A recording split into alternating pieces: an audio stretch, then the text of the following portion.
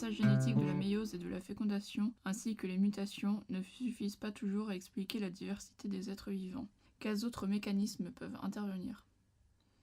Grand 1. Diversification du vivant avec modification génétique. Petit 1. Hybridation, puis polyploïdisation. Chez les plantes, les hybridations entre individus d'espèces différentes sont fréquentes. Les individus hybrides sont généralement stériles. Les chromosomes issus des deux parents ne peuvent s'appareiller et la méiose est impossible.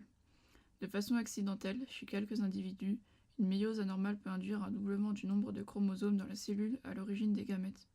Chaque chromosome peut alors s'appareiller avec son homologue et la méiose redevient possible avec un nombre de chromosomes 2 fois plus élevé. On appelle ce phénomène polyploïdisation.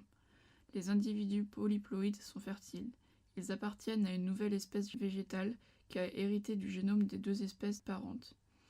La polyploïdisation est ainsi à l'origine d'une diversification rapide chez les végétaux, mais ce phénomène est très rare chez les animaux. Les avantages: il y a une diversification des êtres vivants, diversification rapide et les individus polyploïdes sont plus gros que leurs parents.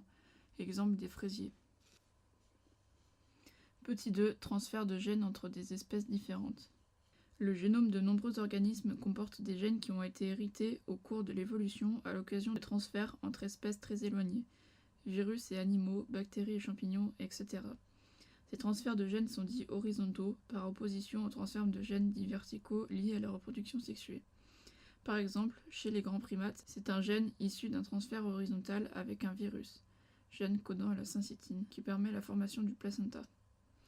Les transferts de gènes horizontaux sont des événements très rares, mais à l'échelle de l'histoire de la vie, ils ont eu lieu à de nombreuses reprises. S'ils apportent un avantage aux individus qui les portent, les gènes nouveaux acquis par transferts horizontaux sont favorisés par la sélection naturelle et peuvent se répandre chez tous les individus de l'espèce concernée qui acquièrent de la sorte un nouveau caractère.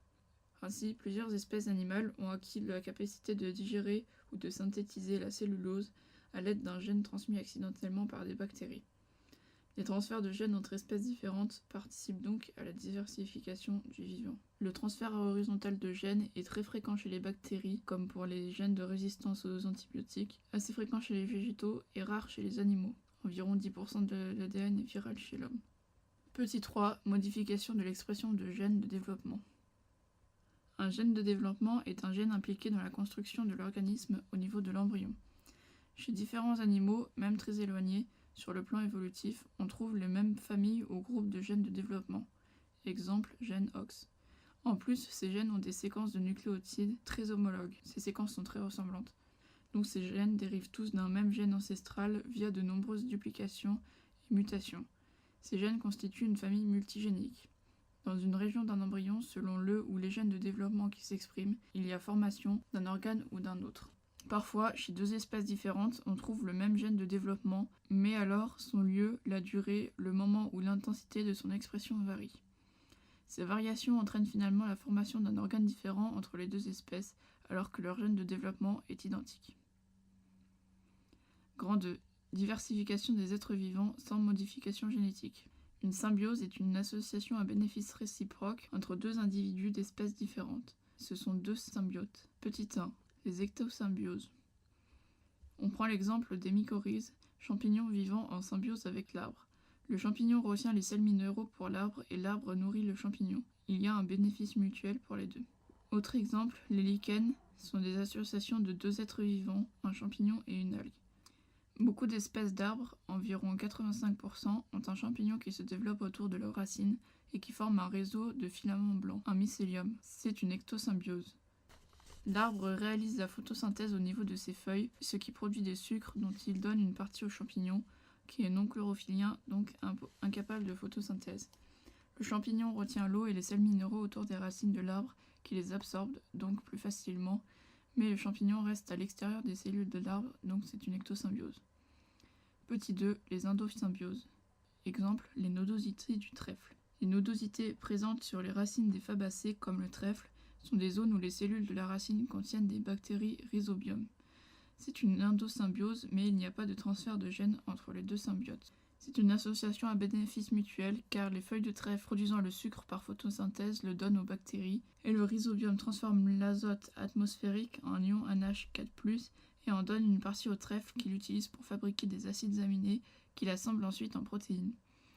Cela explique que si le trèfle ne peut s'associer au rhizobium, sa croissance est faible. Il existe des endosymbioses très anciennes telles que les chloroplastes et les mitochondries.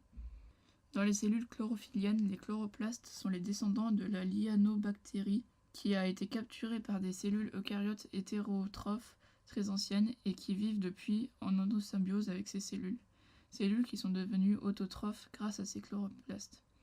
De plus, ces chloroplastes sont maintenant des organites permanents et obligatoires de ces cellules car des gènes chloroplastiques ont été transférés dans le noyau de la cellule, donc les chloroplastes ne peuvent plus survivre hors de la cellule. Une cellule eucaryote est une cellule contenant de nombreux compartiments appelés organites cytoplasmiques comme le chloroplaste, le noyau, les mitochondries, etc. Une cellule prokaryote est une cellule qui n'a pas de noyau, son ADN se trouve directement dans le cytoplasme. Cela concerne toutes les espèces de bactéries. Un organite cytoplasmique est un territoire limité par une ou deux membranes à l'intérieur d'une cellule. Un être vivant autotrophe survit sans consommer d'autres êtres vivants. Il se nourrit d'eau et de sels minéraux, de CO2, d'O2 et de lumière. Exemple, les végétaux chlorophylliens. Un être vivant hétérotrophe a besoin de consommer d'autres êtres vivants pour survivre, soit herbivores, carnivores ou omnivores.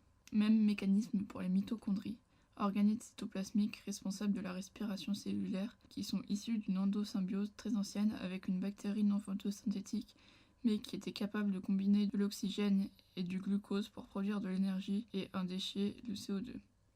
Généralisation sur les symbioses. Si on sépare deux symbiotes, chacun acquiert un phénotype différent, nouvel aspect et ou nouvelles molécules produites et ou nouveaux comportements, mais sans qu'il y ait de changement de leur patrimoine génétique respectif. Chacun se développe moins et parfois même l'un ou les deux meurent. Les symbioses augmentent donc la diversité des cellules et la diversité des êtres vivants. La symbiose doit se mettre en place à chaque génération. Par exemple, une jeune plante de trèfle doit créer ses propres nodosités en s'associant avec des bactéries rhizobium trouvées dans le sol. Petit 2. Acquisition de nouveaux comportements.